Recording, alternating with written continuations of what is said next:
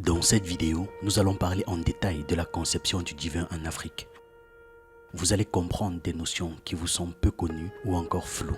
Cette vidéo sera divisée en deux parties.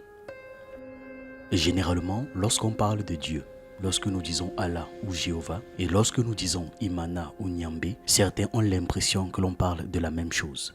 Mais non, pas du tout. Ces prononciations ou ces conceptions n'ont rien à voir. Nous ne sommes pas en train de parler de la même chose en prononçant ces groupes de noms. Pendant très longtemps maintenant, on nous a vendu l'idée selon laquelle Dieu est universel, créateur de ceci ou créateur de cela. Très souvent, lorsque certains de nos frères et sœurs quittent les religions révélées pour s'intéresser à la spiritualité africaine, ils transportent avec eux le même Dieu. Ils se contentent de changer leur nom et finalement remplacent Jésus ou Mohamed par les ancêtres. C'est-à-dire qu'ils se créent de tout nouveaux intermédiaires qui sont les ancêtres et leur donnent le contenu de Jésus ou de Mohamed. Ils seraient donc des sauveurs ou des demi-dieux ou alors des dieux qui sont là pour nous aider, nous accompagner et nous guérir. Mais ce n'est pas vrai, ce n'est pas le cas. L'idée du divin en Afrique renvoie à un ensemble. La première phrase du papyrus d'Ani nous dit « Au tout commencement, ce fut moi le Créateur. Ce qui devait advenir et se matérialiser fut aussi initié par moi. » On est d'accord que Jéhovah et Allah peuvent aussi le faire, mais il faut lire la suite pour bien comprendre. Et il dit ceci, « De ce fait, je devins ce qui devait advenir. » C'est à ce moment que nous nous coupons complètement de la vision eurocentrique ou encore de la vision asiatique du divin, parce qu'ici, il dit qu'il devint ce qui devait advenir. Cela suppose qu'il va générer ce qui va sortir de lui-même et ce qu'il va sortir de lui est autre que lui. Cette conception permet de tuer l'idée de ce Dieu barbu assis au 7e ciel qui tue qui il veut, qui envoie son peuple voler les terres des autres. Nous sommes dans un divin qui dit qu'il est devenu ce qui devait advenir. Et ce qui devait advenir, c'est ce qui s'est matérialisé. Ça nous fait simplement comprendre que tout ce qui est autour de nous porte son cachet. Mais là encore, on peut être dans la conception judéo-chrétienne à penser à une sorte de souffle de Dieu et à dire donc que le souffle de Dieu est partout. Ce texte, qui est un texte fondateur, nous renvoie plutôt à l'idée que tout ce qu'il y a autour de nous nous exprime ce divin. Le divin devient donc un tout. Il engendre tout et il est tout, puisqu'il est devenu ce qui devait advenir et se matérialiser. Je suis l'unique qui est en même temps multiple. Nyambé et Imana sont donc un et multiple. On ne sépare pas l'un du multiple. On ne sépare pas la source de ses affluents. Il n'y a pas de différence entre la source et les éléments sortis de cette source. Ne pensez donc pas que nous sommes dans le polythéisme. On continue en citant le papyrus.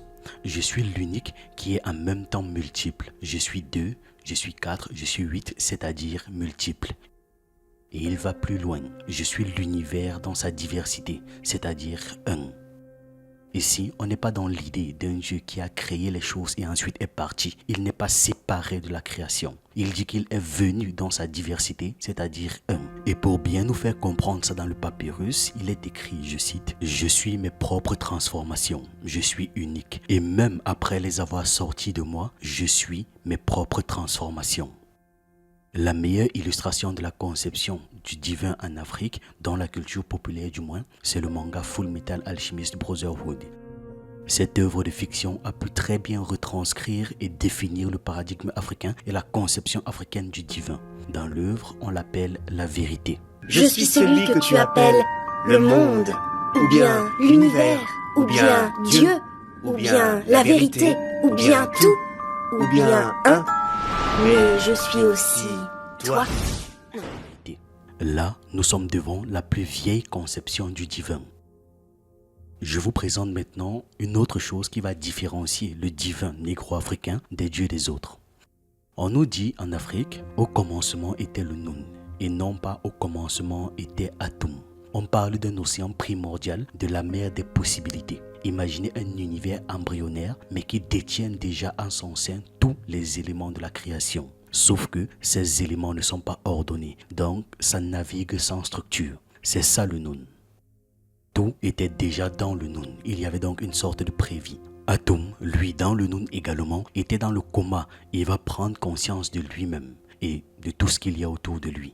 Atum va organiser le chaos et essayer de créer de l'ordre dans tout ce désordre. Ensuite, il va décider de sortir de là sous forme de spirale et de générer toutes ces choses, les manifester, les matérialiser. Il y a plusieurs versions du mythe, mais vous allez toujours trouver l'idée de sortir en spirale. Je reprends pour qu'on comprenne bien. Au départ, il est inconscient, puis il devient conscient, arrange le chaos, sort du noun et décide donc d'appliquer ce à quoi il avait pensé quand il y était. C'est ainsi qu'il va générer par le crachat, par la semence, l'entièreté de l'univers. Il y a un lien entre toutes ces formes de manifestation et ce qui était à l'intérieur de lui. Ce lien, c'est l'eau. Il sort de l'eau et ensuite, pour extirper ce qui était dans l'eau, il va utiliser une autre forme d'eau. Il utilise le crachat pour sortir ce qui était à l'intérieur de lui et manifester la chose. Dans certaines mythologies, c'est sa semence et dans d'autres mythologies, ce sont ses propres larmes. Mais vous devez comprendre qu'il y a toujours un lien avec l'eau. Il va se servir de sa main gauche qui sera appelée Het-Eru, la divinité de la sensualité, de l'amour et de la procréation. Atum va faire jaillir le monde en se frottant et ce qui va sortir de son jet, c'est lui-même puisqu'il nous a dit qu'il est ses propres créations. Atum va révéler deux forces, d'un côté Tefnut et de l'autre côté Shu. Tefnut, c'est la polarité féminine et Shu, c'est la polarité masculine. Atum est donc d'un côté masculin et de l'autre côté féminin. Et ça se voit vu qu'il peut générer des choses masculines et féminines. Atum est visible mais aussi invisible. La culture du Dieu invisible, du Dieu esprit, ça ne nous concerne pas. En Afrique, Dieu est à la fois visible et invisible. Nos divinités savent se faire visibles, elles savent aussi se faire invisibles. Atum, tout comme les autres divinités négro-africaines, est une source d'énergie qui passe son temps à se transformer. Atum est une énergie qui se fluidifie et devient air. La même énergie se liquéfie et devient eau. La même énergie se densifie et devient terre. Et par un système de combustion, cette énergie se transforme en feu. Voilà une visualisation simple, une définition simple qui nous permet de comprendre et de percevoir ces quatre forces énergétiques qui vont découler de la divinité. Imaginez Atum comme une pyramide. Mettez-le à la pointe de la pyramide et faites descendre le flux d'énergie vers les quatre piliers. La pyramide est dans l'expression même du divin. Vous voyez qu'il ne change pas, c'est toujours lui. On ne parle pas d'une divinité qui a construit la pyramide et s'en est allé. Non, il s'étend continuellement. L'expansion y est, mais la fondation est également présente. Pour que leurs descendants ne se trompent pas, afin qu'on ne dise pas qu'Imana est différent de Ra, les ancêtres vont jumeler ces deux forces. Au début, on ne parlait pas d'Imana-Ra. C'est bien plus tard qu'on le fera parce que les anciens avaient un souci pour expliquer qu'il s'agit exactement de la même divinité. Imana, c'est ce qu'on ne voit pas, ce qui est caché. Et Ra, c'est ce qui est visible. Si le divin est ses propres transformations, cela veut dire que nous le voyons, bien entendu, puisque la nature est le corps physique de ce divin. C'est pour ça que la montagne va devenir la divinité, l'arbre va devenir divinité et que certains animaux vont être l'expression même du divin. Si on étudie les sociétés de l'Afrique centrale, notamment les Ngala du Cameroun, eux aussi parlent d'un océan primordial, océan qu'ils ont appelé Mangamba, dans lequel il y avait tout. La première forme de Nyambé va surgir de l'eau sous les traits d'une femme et va constituer un œuf dans lequel elle va mettre le chaud, le froid, le sec et l'humide. Ces particules vont se battre à l'intérieur de l'œuf, ce qui va créer une surchauffe. L'œuf va donc exploser. Chez les Ekans, que l'on retrouve au Gabon, au centre et sud du Cameroun, en Guinée équatoriale, à Sao Tomé et Prince, et dans une partie du Congo et de l'Angola, on retrouve un mythe similaire. Chez eux, il est dit que Eyo était seul et s'est mis à méditer. Lors de sa méditation, il y a un mot qui revint tout le temps, c'est le mot « vie ». Eyo se rend alors compte qu'il est la vie. Remarquez que nos divinités ne sont pas absolues. Eyo prend petit à petit conscience de lui-même, conscience de son état. Mais il n'est pas limité à ça. Eyo va se dire, et si j'élargissais la vie? Donc de la vie grand V qui est lui, il va projeter la vie avec petit v et diffuser cette vie. Mais Eyo, tout comme Atum, ne va pas se détacher de ce qu'il va engendrer. Il ne va pas mettre en place une différence entre lui et ce qu'il va engendrer, étant donné que ce qu'il a généré est une continuité de lui-même. Les Ekans, pour l'exprimer, vont dire que Eyo fabrique un œuf de cuivre. Eyo va s'adresser à l'intelligence et lui dire « Entre dans l'œuf ». Eyo voulait, dans son désir d'élargissement de la vie, diffuser l'intelligence partout. Il voulait un monde intelligent. Dans le mythe, Eyo dit ensuite à l'intelligence « Sors de l'œuf ». Et l'intelligence lui répond « Je ne peux pas sortir de l'œuf ». Eyo lui demande « Comment ne peux-tu pas sortir de l'œuf? Qu'est-ce qui t'en empêche ?» Et l'intelligence lui répond « La coquille est trop dure, la coquille est trop dense, je ne peux pas la traverser. » Eyo rajoute alors la volonté et la puissance dans l'œuf. C'est ainsi que l'œuf finit par exploser.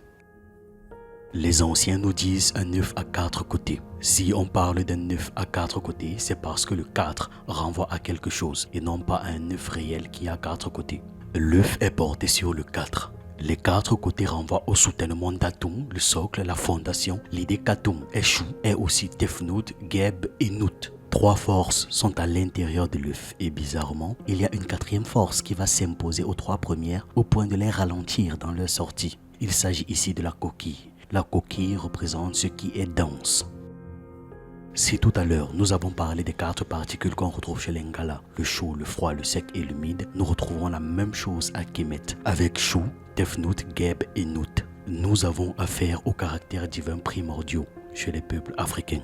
Ce qui veut dire que les peuples africains estiment que l'univers se doit d'être intelligent, l'univers se doit d'être volontaire, l'univers se doit d'être puissant et l'univers se doit d'avoir une protection. Et si vous voyez la composition de l'univers, vous allez vous rendre compte de tout ça.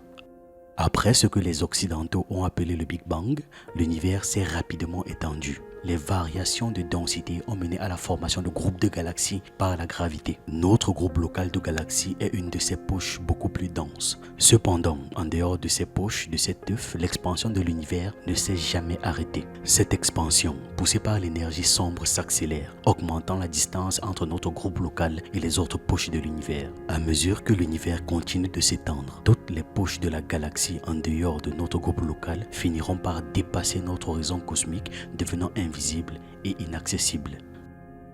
Finalement, notre groupe local deviendra notre seul monde de matière, dans un univers de plus en plus vide. Dans notre œuf de galaxie et dans toutes les autres, vous allez y trouver de l'intelligence, de la volonté, de la puissance et une couche de protection. Le divin s'exprime donc à travers ces 4 caractères. Il est intelligent, il est volontaire, il est puissant et il est protecteur et protégé. Voilà la conception que les anciens Ekang avaient du divin. Nous sommes issus, comme tous les autres éléments de la nature, d'une seule source qui est une source divine. Si vous convoquez l'intelligence et la volonté, vous êtes devant un couple. L'intelligence nous renvoie au féminin, la volonté nous renvoie au masculin. La puissance nous renvoie au masculin et la coquille, puisqu'il s'agit d'un œuf, nous renvoie au féminin. Nous avons donc l'idée d'un couple. C'est le divin qui s'exprime dès sa source.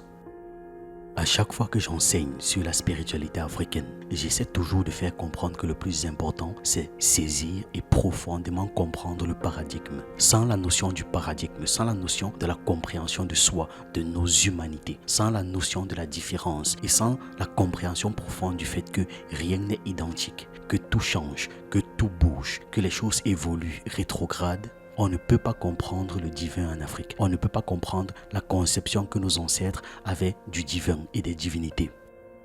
Et j'essaie aussi, dans l'effort qu'est le mien, de retirer de l'esprit des gens la notion judéo-chrétienne du divin parce que cela ne nous ressemble pas. Lorsqu'on parle de Eyo, on ne parle pas de Dieu ou de Allah. On va s'arrêter là pour cette vidéo. On se donne rendez-vous la semaine prochaine sur le jeûne initié pour parler de spiritualité. Que nos ancêtres veillent sur nous.